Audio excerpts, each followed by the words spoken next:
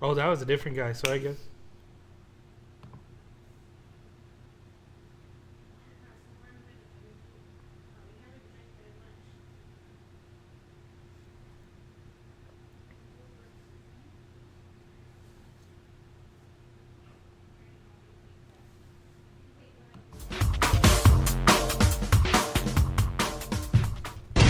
Let's get it on! Sprawl and brawl, ground and pound. Get ready for an MMA showdown. Now, the ultimate Octagon insider, Shaun and Tristen Ducross.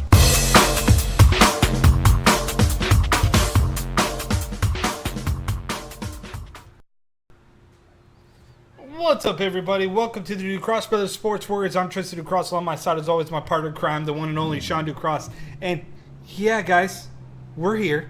We're back. Right? Pop-up show, because as you guys are well aware, my brother has a kid, so fortunately, we kind of got to do a show when we could do a show, so to speak.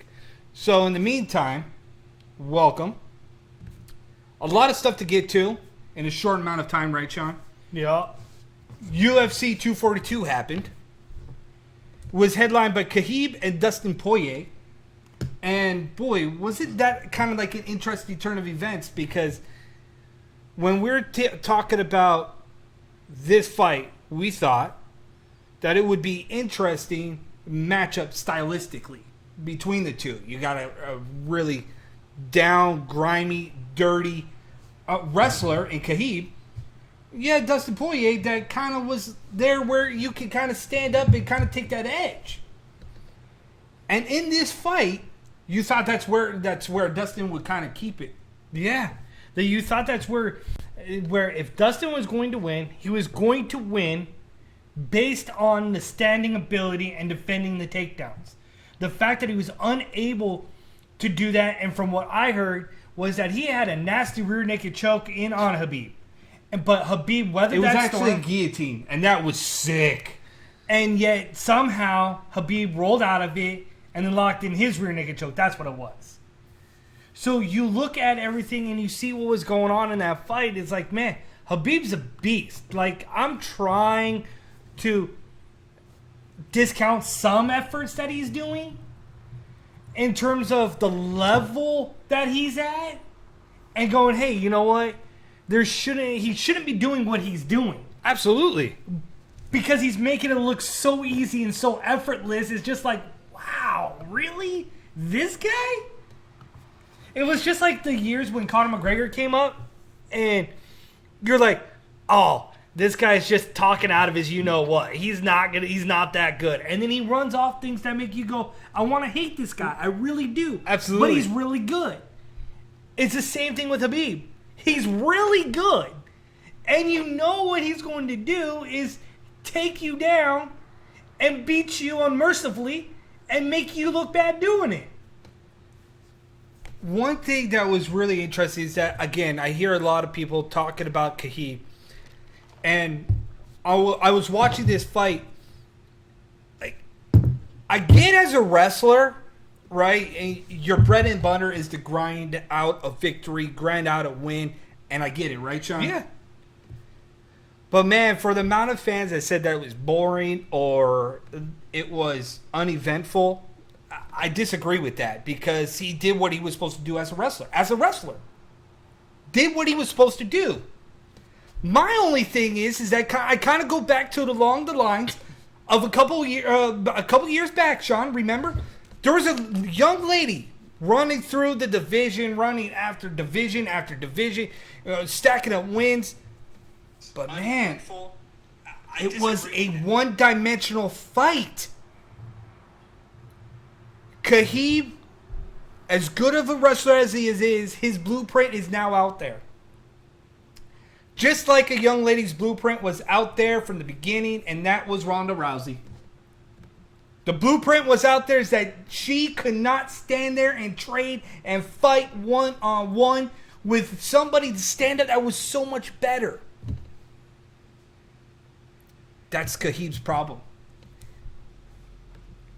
I watched the fight, and something that you guys will understand listening to the Ducross Brothers, the Sports Warriors, is that we dissect footage. We dissect fights and analyze fights. Khabib, as great of a wrestler as is, his weakest point is his stand-up.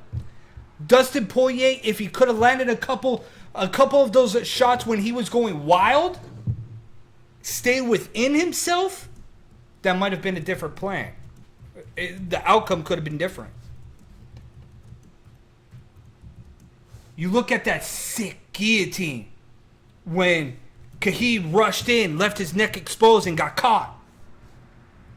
Khabib, as a wrestler, knew how to position his body, use his weight to, okay, you are going to put every ounce of pressure on my neck. You're going to hold on to me as tight as you can, squeeze as tight as you can. But if I can turn my neck just that much, you don't have it. If I can move just enough, shift my body weight just enough, and you're going to exhaust all your energy. Khabib did his job. And something that he's so good at, too, is that when he takes you down and he grapevines your legs, you better have the oxygen 101. Because he is sucking the life out of you as he is on you. With that pressure, as a wrestler, he did exactly what he was supposed to do. I don't think it was a boring fight.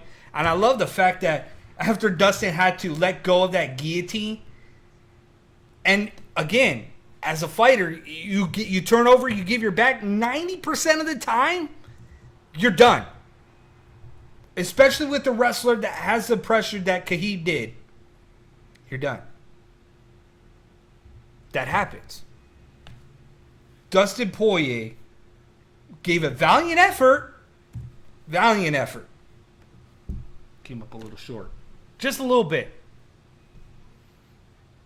And Dustin Poirier immediately, it's like, well, where does he go next? Who does he fight next? Is it Conor McGregor? Do you fight Conor McGregor?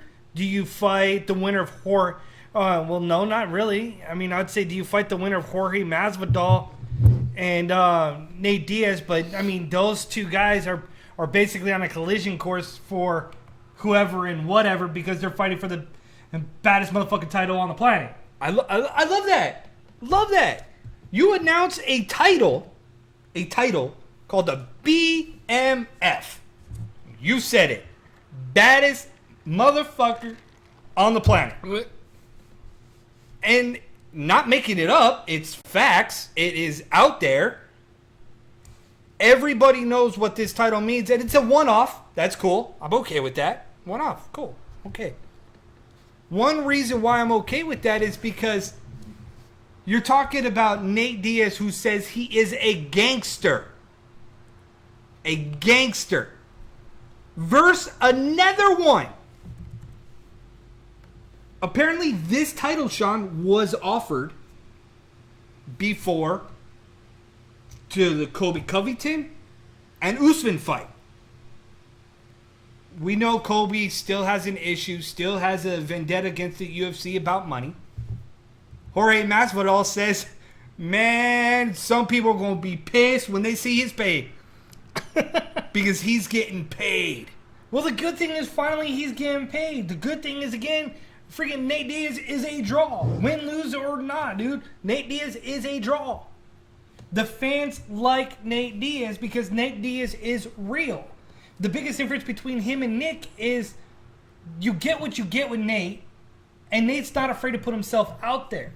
Like, if you have to look at the two aspects of both Nate and Nick, to me, and this is just my personal opinion, when you look at people with anxiety issues and who smoke weed and stuff like that, Nate Diaz is exactly what that is entailed. Nick is not a social type of person. He is a guy who will be at the forefront when he absolutely has to be, but if he could sit back in the wings and be comfortable doing that, that's what he's going to do. Nate Diaz is just a bad dude. Nate Diaz don't give two shits who you are, what your name is. If he wants to fight, he's going to fight. If he doesn't want to fight, he's not going to fight. But you're not going to dictate that. And I think that's what he resonates so well with so many people, is because you know what you're going to get with Nate. You know that he's going to come out and he's going to fight. He's 100% as real as you're going to get from anybody. So you accept him for who he is. You know when he comes cage time and fight time, that guy's going to put in everything he has, all the chips in the basket, and he's good to go. The issue that I see coming forward is that I think Jorge Masvidal actually has a better shot at beating the brakes off of Nate Diaz. And the fact of the matter is that Dwayne "The Rock" Johnson will be on hand at this fight because it's the 305 boys will rep 305. And he's going to take the BMF title. And he's going to have Dwayne "The Rock" Johnson put that title around the waist of Jorge Masvidal. I mean, it's creative. The only thing I'm waiting for is, well, who is Nate Diaz going to get to put the belt on him if we're talking about professional wrestling? I've heard rumors that it could be Stone Cold Steve Austin. How cool would that be? Stone Cold Steve Austin in the same ring as Dwayne "The Rock" Johnson? Could you see that coming? I couldn't.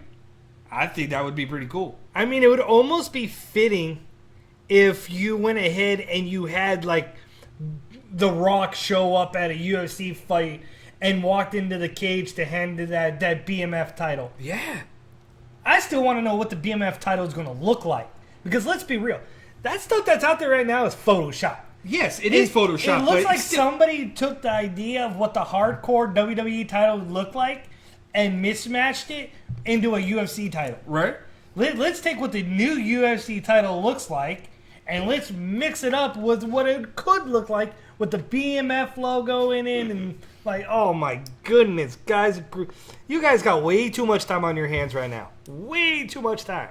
It's funny, but in hindsight, it's kind of true because the fact is that they made this a five rounds, so 5 rounds of hardcore action, and you're going to get a title. You have to put something on the line for 5 rounds, so it's kind of cool. I like it. I respect it. I see what you're doing, Dana White. I understand it because at some point for these two guys, if it's not the 170 title that has been lingering over the heads of everybody for such a long time about whether or not the weight division was going to be created, I guess you create the BMF title. No new weight division, but you get the BMF title. I guess that's something, right? I guess so. It's a unique thing. The fact that we're even here discussing about a BMF title when Nate Diaz was trying to talk about getting a different weight class. Yeah, 170. But yeah, he got the BMF title. I think he still wins. Many people said, oh, you know what, Dana White's never going to do this or never going to do that because of the weight class. But Nate Diaz just made him make a artificial title. Right. He did his job. For a non-exclusive weight division. He did his job. Nate Diaz could essentially fight at whatever weight he wants if a guy says, you know what? I want to fight you for your BMF title. Well, it's a one-off. It's not going to be defended. Is it? Yes. Is it really? Yeah, it's not. I highly doubt that. If this Jorge Masvidal and Nate Diaz fight draws, I'll bet you anything. Somebody wants to claim that BMF title, you put that title on the line. Absolutely. And that's going to create buzz. That's going to create more draw. And that's going to draw more people. For crying out loud. If Conor McGregor comes out of retirement, and I'll say retirement because who knows what he's doing. But if Conor McGregor comes out, you think he's going to want to go after a title? No, he's going to want to claim his stake on the BMF title. Dana White made the biggest mistake right now by creating this title. Whether they're saying one on, one off, no, dude. If you're going to make bank on this, trust me, he's going to go out. And if somebody says, hey, okay, I want to fight with the winner, Jorge Masvidal. Here's a food for thought. If we're talking about the BMF title, right? Yeah. We are not created any new weight classes, right? No. Why not go wrestling and let's go out to New Japan and let's go claim a title that they use for open weight division and just create a open weight division so any fighter that if you don't want to fight, because trust me, Sean, there's a lot of fighters that fight at catchweight, right? Yeah. You miss weight, whatever. Have a open weight. You don't have to create a weight division. Those guys that miss weight or those guys that are like, you know what, I want to fight for a title. I'm good enough to fight for a title, so why not? Nate Diaz, one of those prime examples that just wants a money fight. So why not, Sean, go that route? Why not? There's open weight. There is so it would be fair to everybody. Because anybody can move up and down a weight class, but instead of holding a weight class hostage, just have an open weight title. That's what I'm saying. It's like, dude, there's so many possibilities. It is endless and it is ridiculous about different avenues you can go with this BMF title. But you know what? We'll get right back to you guys. We're going to go on a quick break and then we'll be right back. Yep, absolutely. And then we got more interesting talk about what's next for the Khabib and Dustin Poirier. We got Bellator's latest signing talk. So much more with the Ducross brothers as we come back on this pop-up show. Enjoy. We'll be right back. Fight Book MMA, your MMA news source on Facebook.com, a fighting community. Go on, look them up, search them. You can talk to some amazing fight fans. The Ducross brothers. Live every Wednesday at 12 p.m. Pacific Standard Time. We are a fresh, opinionated combat sports talk to ripping the headlines from everybody and giving our opinion. More with the Ducross brothers.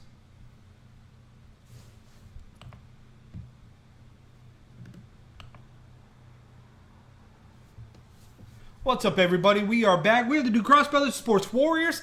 Welcome to the new house. As you can see, new logo, new fresh vibe on this pop-up show. Sean's been handling his little daddy duties because my second kid is here finally. Right. His name is Slade. So I'm trying to figure out the groove of things. But today, Tristan and I figured, let's do a pop-up. So we randomly picked a time and said, here we are. So much like here we are, Chris Cyborg has signed with Bellator. Surprise, surprise. In the immortal words of Nate Diaz, I'm not surprised, mother. You know what? I'm not. And it's funny how so many people were, oh my God. Cyborg signs with Bellator? Come on. Are you really that surprised? I know I wasn't. The ties that she had with Bellator and Scott Coker from day one. Just Scott Coker alone. You knew, Sean, that it was just inevitable. It was coming.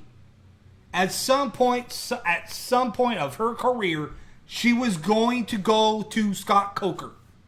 Period. To be surprised, to be shocked, man. I think the only thing that was surprising to me is the fact that she went to Bellator.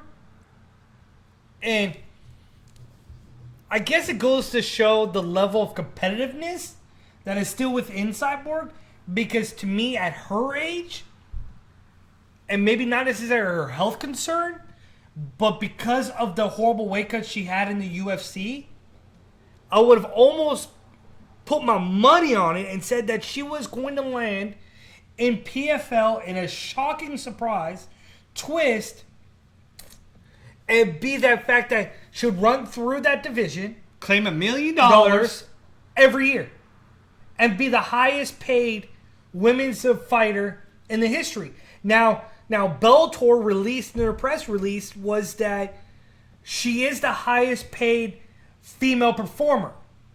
But I want to know what that is. Is that $500,000?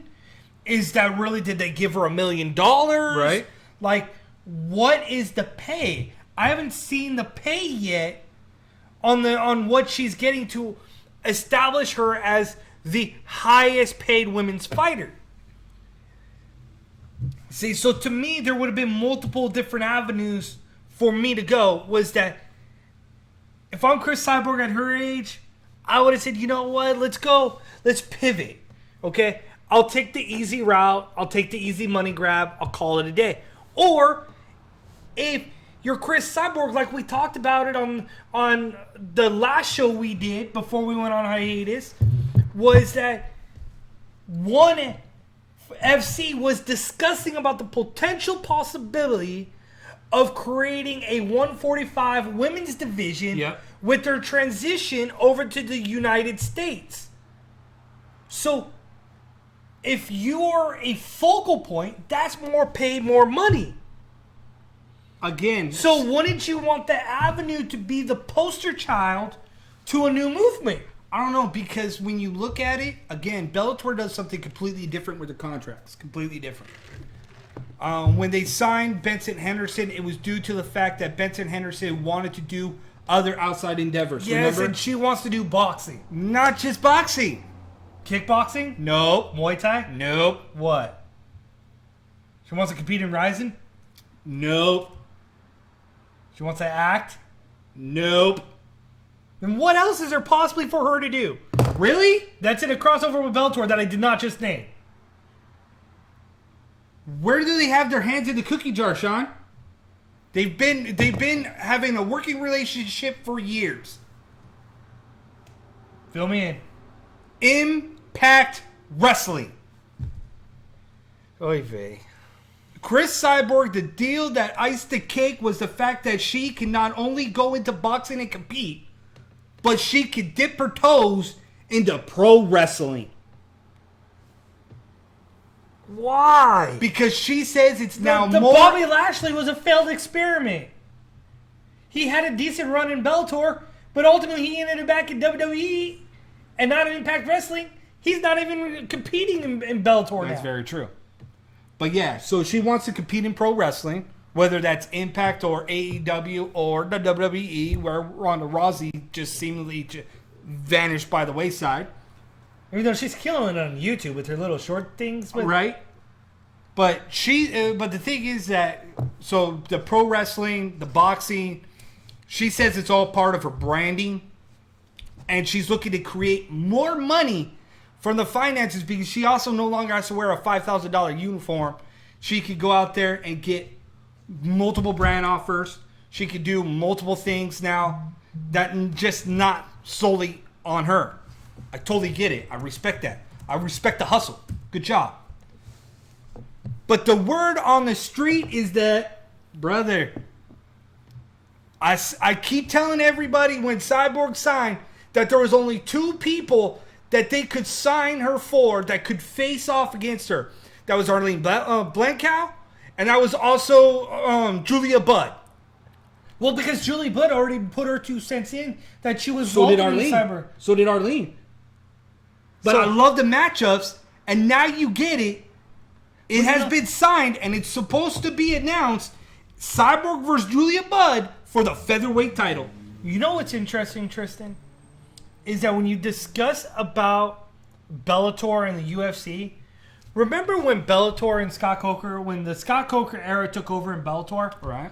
And there was that 1 year where seemingly UFC lost their a couple star fighters like Benson Henderson, John Finch, when he went Lorenz Larkin. when you see the moving parts, Roy McDonald, and you talk about the moving parts of, okay, that was the free agent era of, oh my goodness, the landscape's going to shift, it's going to alter. Has it really shifted like we thought it would? It has to the degree, but on a more global landscape, much like what is happening in wrestling. You had basically WWE, UFC, same style. Yeah. Impact, Bellator, same style. Then you have all these other moving parts coming in out of nowhere. You could say ONE FC is what AEW is trying to be. Yeah. Don't forget, So- Sean, also KSW is coming to the United States. Absolutely. Coming stateside. So you look at all these moving parts and you look at this stuff, and so we had that era of the movement of the free agent superstars landing other deals with other companies outside of the UFC with the males. Now you have Cyborg jump ship over to Bellator. You now have Paige Van Zandt, who has been very outspoken that she's making more money on her Instagram, her social media accounts. Does that surprise you? And everything else. Not when you know how to use those platforms to your Very advantage. When you are somebody that looks like Paige Van Zandt, that has sponsors, that garners traction, you're going to be a more valuable asset for your sponsors. 100%. So to say that she doesn't get paid as a woman performer, and she gets paid more now, and that you seemingly have to match what she's making outside for her to compete, or for her final fight, I tend to believe that. So do I. So what I'm saying is that we're in the era that could be the evolution of, oh shoot, we're going to see the gate swing open for the female fighters, because Cyborg already did it.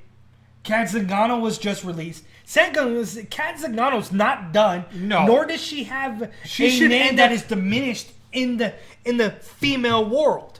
So wherever she's gonna go, she's gonna garner attention. Yes, she will. You think that Paige Van Zandt, when that last fight, whenever it happens, you think she's gonna sign a new UFC deal right away? No. She's going to look at a Bellator or a PFL, somewhere where she can get sponsors that she's using on social media to garner more traction. And she's going to get paid. Absolutely. And the thing about this, since we started this, is that we've been very outspoken and in support of female fighters in women's MMA. It's even in this day and age, you have to have equal opportunity pay. The women still in everyday work environment like us, Yep. we're getting closer to equal value women pay. But when you look across the bow in other aspects, Like in sports. they're still, oh, she's a woman. Right. Really? The fool? U.S. soccer team basically started this about equal pay, and I believe that everybody in the sports world, women deserve the same amount. If they put in that effort and they put in that work, just like every single athlete does, then it shouldn't matter if you're male or female, you get paid equally the same. If you can perform at that level, Yeah. you get the same. Team USA soccer women's team has done more for the sport than the men's have. And yet they get paid far less. How's that fair? Right? How How's does that that make sense? So I'm all for that equal pay. I get it. And that's the way that it needs to be. And you know what? Our buddies from Fightbook says that she can go to one. Absolutely. Absolutely. And again, it goes back to what I said about Cyborg, Tristan. If you're coming to the U.S. stateside, If money was really the root of all evil, who's going to garner more attraction? Paige Van Zandt is going to attract the fan base. It's as bad as it may sound that you're selling sex appeal. You kind of have to. So if you're ONE FC and you're looking at one side of the coin, and you've got Cyborg or you got Paige Van Zandt, you probably tip the scales and go with Paige Van Zandt. Because of the social media aspect, because that's where we're at. and the attention that she's going to bring, the eyeballs to your promotion. She may not be the best, but she's right in the middle. Yep.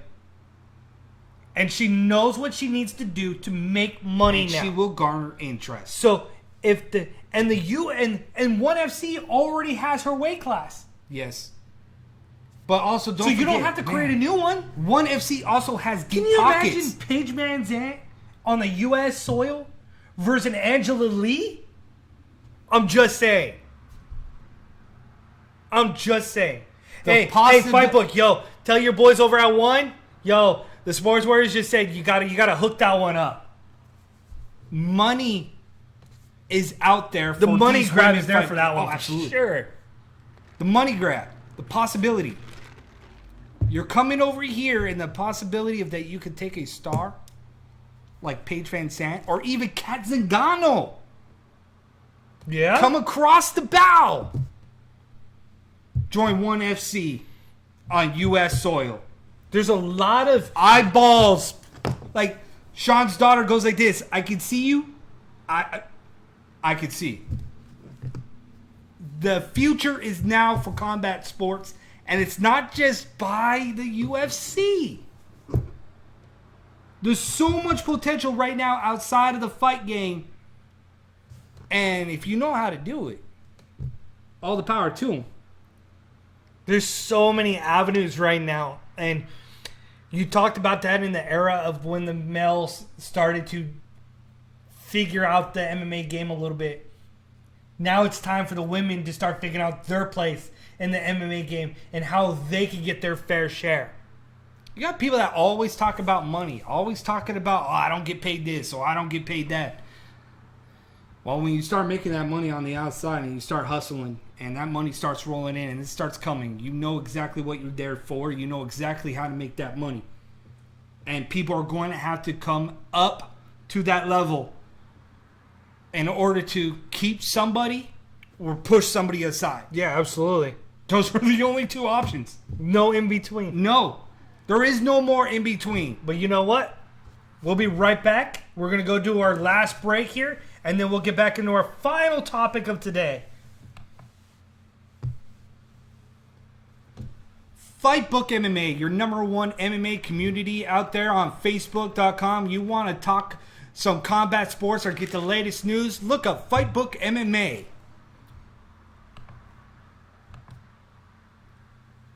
Ducross Brothers. That's who we are. We are the Sports Warriors. Every Wednesday, 12 p.m. Pacific Standard Time, we bring you the news and the headlines ripped from the very internet. And we give you our opinion and hot takes.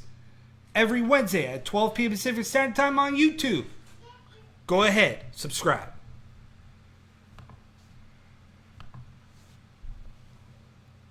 We are the Ducross Brothers. I'm Tristan Ducross. This is my brother Shaun Ducross. A couple shout outs. I love Auntie right here, the QR code. If you have your cell phone, scan that QR code. Use Ducross Bros. Get 10% off of CBD oils and CBD Best muscle rubs. CBD muscle rub out there right now. I use it for my aches and pains. And if you are an athlete that is feeling sore after a roll in jiu-jitsu or after your striking class, whatever you may be doing, man, That's best what you muscle need. rub out there. That's Oh. what you need to get through the next day. Absolutely. In the meantime, incredible. Apparently, Shaun's daughter is talking to him. So, but in the meantime, Shaun, boxing news. We got, I don't know if we'll get to it, but we got Cowboy versus Gaethje coming up this weekend. So much to get to.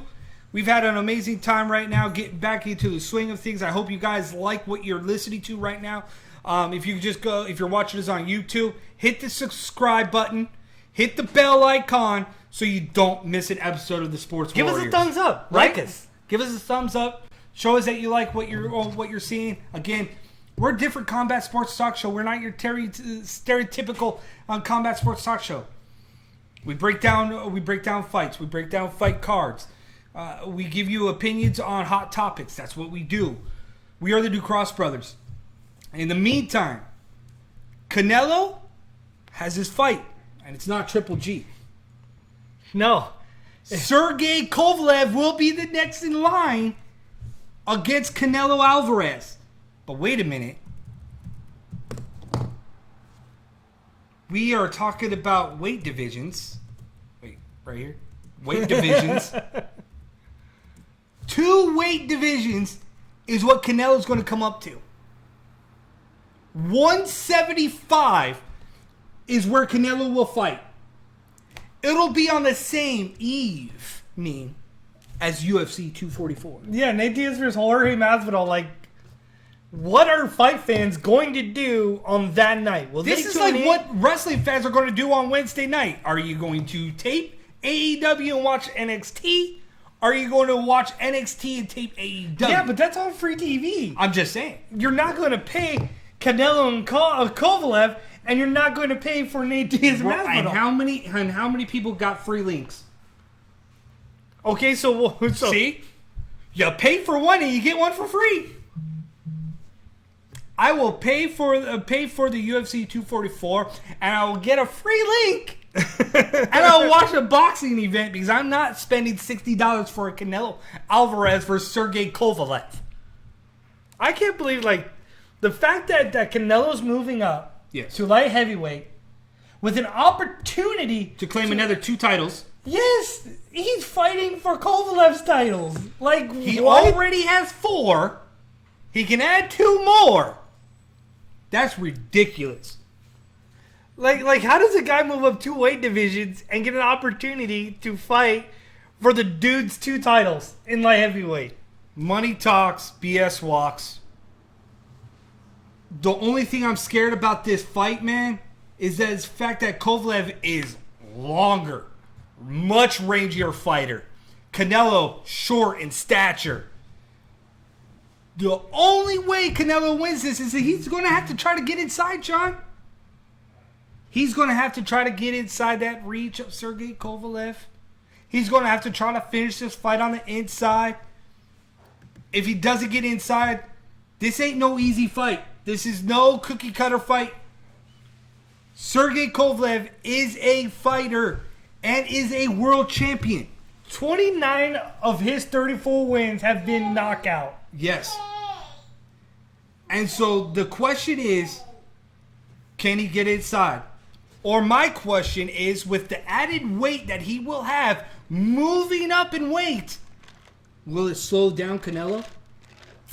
I don't know. It's going to be interesting to see how well he looks on moving up into light heavyweight. Because the thing that could play in a factor in for Canelo, even though he's smaller, he can add more muscle. Yes. So I just don't know if he can get in that reach. He has to get inside. Sometimes we know to him not to be afraid to get inside. I don't know, man. It just depends on which Canelo we're going to get. Those 2 questions scares me a little bit for Canelo, because I think that this is a matchup nightmare for Canelo, because it's not an easy fight, Sean. If you are a fight fan, a boxing fan, a DAZN fan, you could get these 2 fights. You could get the Canelo and Sergey Kovalev on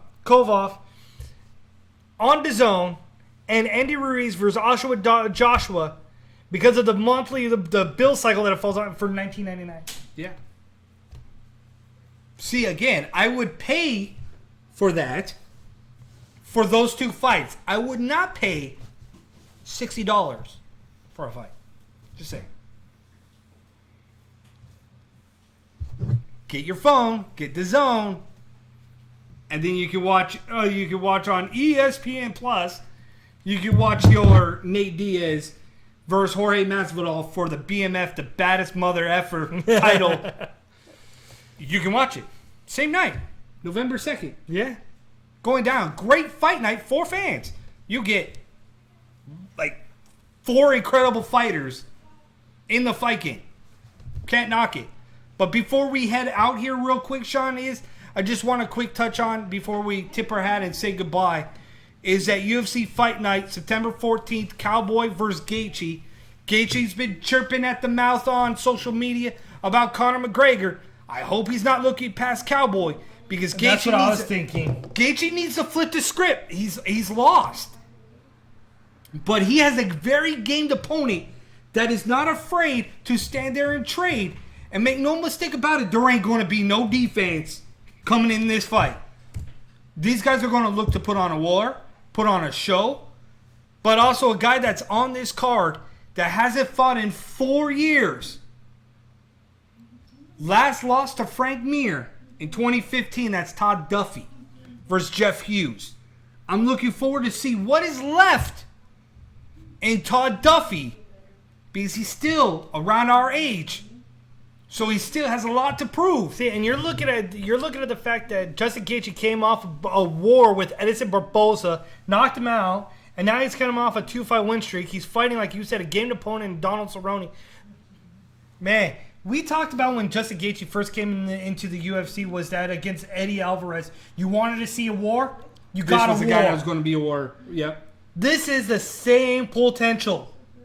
We may see the end of one or the other because these two guys are going to throw. Somebody's going 9-9.